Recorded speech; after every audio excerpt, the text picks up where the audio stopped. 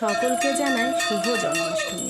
জন্মাষ্টমীতে গোপালকে কীভাবে স্নান করানো হয় এটাই আপনাদের সাথে আজকে শেয়ার করছি। একে একে সমস্ত কিছুই শেয়ার করব। কি কি ভোগ রান্না হয়েছিল সমস্ত কিছু। তো চলুন দেখুন কীভাবে গোপালকে স্নান করানো হচ্ছে।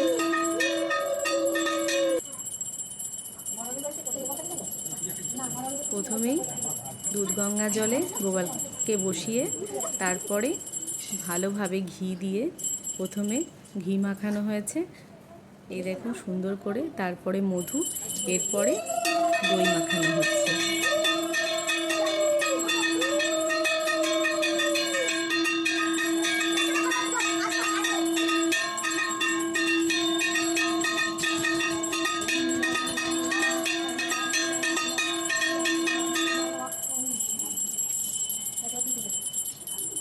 খুব ভালোভাবে দই মাখানো হয়েছে।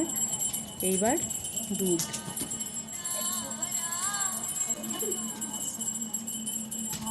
কি সুন্দর গোপাল স্নান করছে দেখেছেন।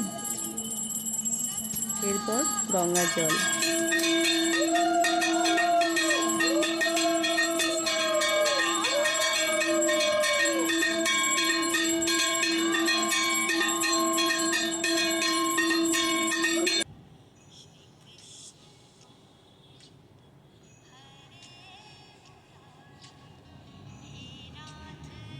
এইবার গোপালের স্নান হয়ে গেছে।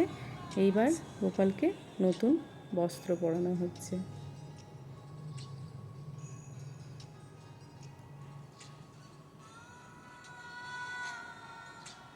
এবার গোপালকে সাজানোর পালা।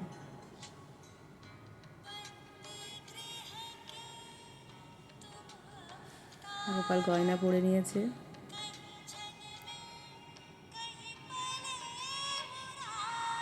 চুল লাগানো হয়ে গেছে, এবার মুকুট।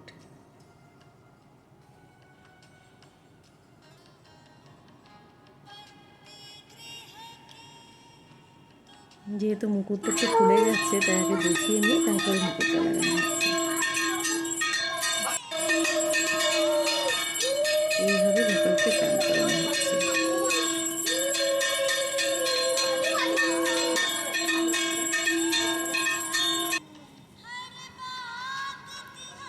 এবার আরেক গোপালকেও স্নান করানো হয়ে গেছে, নতুন বস্ত্র পরানো হয়ে গেছে। এবার একে একে গয়না পরানো চলছে।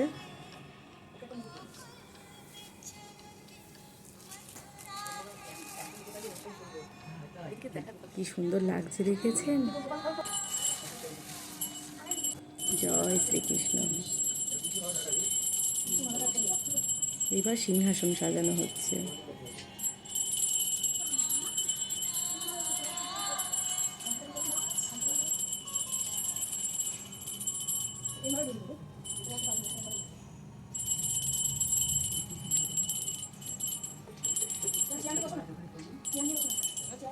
আমার তুলসীর মালা পরানো হয়ে গেছে।